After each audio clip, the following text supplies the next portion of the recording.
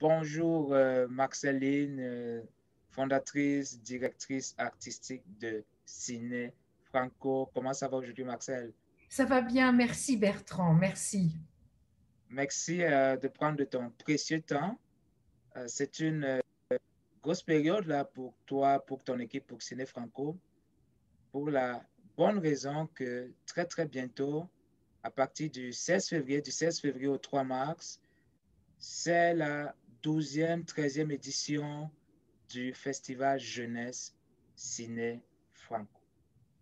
Oui, c'est exact. Quel effet, quel effet tu ressens, quel effet ton équipe sent, Marcel, quand même depuis 2009, c'est énorme là, comme parcours. Oui, nous sommes toujours très heureux d'offrir aux enseignants le meilleur, on espère le meilleur du cinéma francophone, surtout qu'on accompagne ces films de dossiers pédagogiques, de dossiers descriptifs, et que nous sommes toujours au service justement des enseignants. Ils peuvent toujours nous contacter à info@cinefranco.com et Bernard ou moi ou même Marie pourront répondre aux questions. Voilà. Merci. Alors, cette année est spéciale, nous le savons, à cause des circonstances liées à la pandémie. Et donc, le Festival Jeunesse se déroule totalement en ligne. Nous rappelons que c'est du 16 février au 3 mars. Les réservations se font donc à partir du site internet de Ciné Franco, de très très belle programmation. Et avant qu'on parle de la programmation, Marcel, je voudrais signaler que cette édition, Ciné Franco a frappé un grand coup puisque c'est avec Education Consulting Inc. que nous offrons, n'est-ce pas, en partenariat, que Ciné Franco offre cette édition. Voudrais-tu dire un mot sur ce partenariat, Marcel? Oui, nous sommes d'abord très très fiers de ce partenariat. Bertrand, nous avons eu toujours la joie de te consulter, de te demander des conseils et également tu as eu avec ton organisation vraiment la présence de nous accompagner dans beaucoup de nos recherches et de nous conseiller. Alors, merci infiniment pour ce partenariat qui est très précieux pour nous.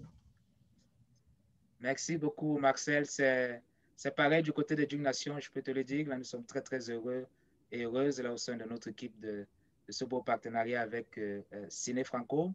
Alors, Merci. nous avons dit de très, très beaux films. Aujourd'hui, c'est la première d'une série de 3 émissions relativement courtes pour présenter dans les films qui vont être projetés dès le 16 février. Nous avons choisi 4 films aujourd'hui reliés par la thématique de la relation enfant-parent, enfant-grand-parent. Oui.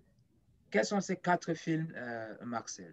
Alors, bon, je vais d'abord les nommer. C'est Le Prince oublié avec Omar Sy, Ma famille et le loup, Premier de la classe et L'aventure des marguerites. Voilà, donc Voilà. 4 très bons films. Oui, J'ai eu le oui, bonheur de regarder déjà Premier de la classe, oui, un film oui. extraordinaire que je conseille pardon, à tous les cinéphiles, aux parents, pas seulement aux jeunes et à leurs profs, mais également aux familles. N'hésitez pas à regarder Premier de la classe, c'est un film Oui, extraordinaire.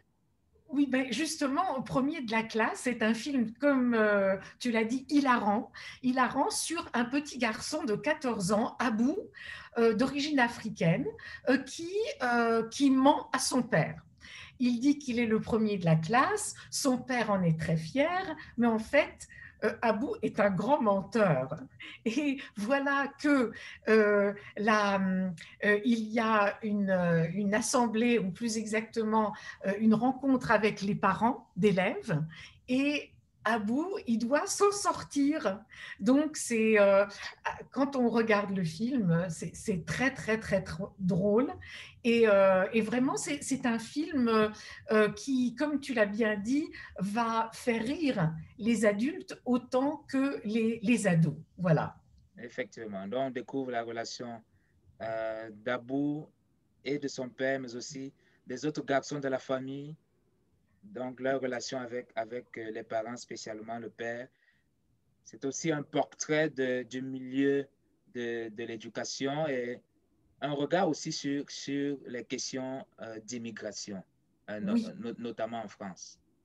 Tout à fait, parce que je me souviens plus de quelle origine la famille est. Elle est peut-être malienne en fait. Je crois bien, Et oui. oui, et justement, en tant que père malien, le papa dit, je veux qu'on fasse, qu'on réussisse. Je veux qu'on montre justement à la France qu'on est capable, mais aussi qu'on s'intègre bien. C'est un film sur lequel, bien sûr, on rit, mais qui va nous faire réfléchir également. Voilà. Donc, merci beaucoup, Marcel. Oui. L'autre film de cette première série, de la série, c'est Ma famille et le loup. Veux-tu nous en dire un mot? Oui, alors Ma famille et le loup, c'est un conte, c'est un joli conte. C'est l'histoire d'un petit garçon, Hugo, qui a 9 ans et qui va passer ses vacances d'été avec sa mamie, Sarah. Et là, il va trouver ses cousins, ses cousines, et mamie Sarah va leur raconter que le loup va venir la chercher et qu'elle est bien obligée de le suivre. Eux, bien sûr, veulent protéger leur mamie et ils vont essayer de capturer le loup. Mais évidemment, c'est une métaphore de la mort. C'est une jolie métaphore parce que les enfants, eux, comprennent à leur niveau que le grand méchant loup, en fait, c'est un animal néfaste, mais la grand-mère sait que elle veut leur montrer qu'on n'est pas éternel. Voilà. Excellent, une sorte de conte philosophique un peu, avec, comme Absolument. tu l'as dit, plusieurs couches d'analyse, de compréhension. Voilà, exact. C'est un très joli film. Et puis, à propos, encore une fois, de parents, il y a Le Prince oublié, avec Omar Sy, comme je dirais, qui a beaucoup de succès en ce moment sur Netflix, hein, avec Lupin en particulier. Alors, lui, il joue le rôle d'un papa attentif. Tous les soirs, il lit une histoire à sa fille, à sa petite fille. Et dans cette histoire, c'est un prince valeureux. Mais voilà que sa petite fille grandit. Et quand elle grandit, elle s'intéresse à un autre petit garçon de son âge. Pardon. Voilà que le papa n'est plus le prince. Et là, il va essayer de regagner sa place parce qu'il fait concurrence à l'autre petit prince, en fait. Alors, c'est très beau visuellement. Il y a un côté fantastique. Il y a beaucoup, même les critiques ont dit que les effets spéciaux sont mieux que ceux de Hollywood. Et c'est un film, encore une fois, c'est une comédie, mais c'est très touchant aussi. En tout cas, chaque fois qu'il est question d'Omar Sy, je peux te dire, Marcel, que je n'ai pas besoin de l'avis des critiques pour savoir qu'il est question, qu'il s'agira d'un excellent film. Ah oui, Oui, avec Omar c'est Sy, vrai, tout là, à fait vrai. c'est Tout à assuré. Là. fait vrai, oui. Mm. Et puis, alors, le dernier film, c'est L'aventure des Marguerites. C'est un tout petit peu compliqué. Alors, Margot a 12 ans et elle vit en 2020. Et puis, il y a Marguerite qui a 12 ans et elle vit en 1942. Les deux petites filles se retrouvent dans une malle mystérieuse qui va les transporter dans le temps, mais qui va inverser leurs époques. Donc, Margot ne vit plus en 2020, mais en 2012. Oh, pardon, en 1942, 42, voilà, excuse-moi, oui. je suis en train de... Donc, Marguerite se retrouve propulsée en 2020. Dans les deux cas, ce qui se passe, c'est qu'elles sont à la recherche de leur père et elles ne retrouveront leur foyer que si elles retrouvent leur père. Alors là, il y a plein d'aventures et ce qui est très très intéressant, c'est l'exploration aussi de l'histoire 1942 par rapport à 2020, bien sûr. Et il y a aussi un côté fantastique il y a un côté genre fantastique. Alors, tout est mélangé, la comédie, les problèmes d'ados, l'histoire aussi, Tout à la fait. mémoire. Donc, c'est un film qui est absolument délicieux. Waouh, ça me donne envie de le voir, l'aventure de Marguerite, hein, le Oui, oui, contexte historique, comme tu l'as dit. Et puis 1942, ça me rappelle Albert Camus, par exemple, avec la publication de L'étranger, et puis d'autres oui, grandes œuvres, Sartre, oui, puis d'autres auteurs oui, français. oui, Magnifique. Alors, nous arrivons au bout ici de la présentation de ces quatre premiers films. oui, oui, Nous l'avons dit, reliés par la thématique de la relation enfant-parent, enfant-grands-parents, oui, des oui. époques différentes, des cultures différentes, mais la, la, la même passion pour le cinéma, la même ferveur pour l'éducation de la jeunesse, mais aussi l'éducation des parents, des adultes. Un dernier mot, Marcel, pour terminer cette Un première dernier mini-série. mot, ce qu'on voudrait faire justement, c'est à la fois distraire et instruire.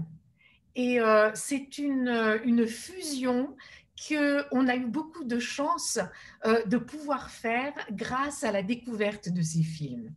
Voilà. Alors je dirais bon cinéma si on encourage les enseignants à consulter justement le dossier descriptif. On leur donnera le dossier pédagogique quand ils le demanderont. Et voilà, on leur souhaite un très très bon cinéma. Et merci infiniment Bertrand pour cette belle, ce beau partenariat. Euh, qui nous fait chaud au cœur. Merci Bertrand. Je t'en prie, Marcel, nous devons à Éducation te remercier, remercier Ciné Franco également. C'est un partenariat auquel nous tenons beaucoup, Marcel, pour le bien de nos jeunes Voilà. francophones, francophiles, ontariens. Donc voilà, nous continuerons à travailler main dans la main avec Ciné Franco. Merci, merci infiniment. Merci à vous à la maison. Nous vous donnons rendez-vous exactement dans une semaine pour un autre numéro de cette série de trois, donc pour vous présenter la belle programmation de Ciné Franco 2021. À très bientôt. À très bientôt. Merci.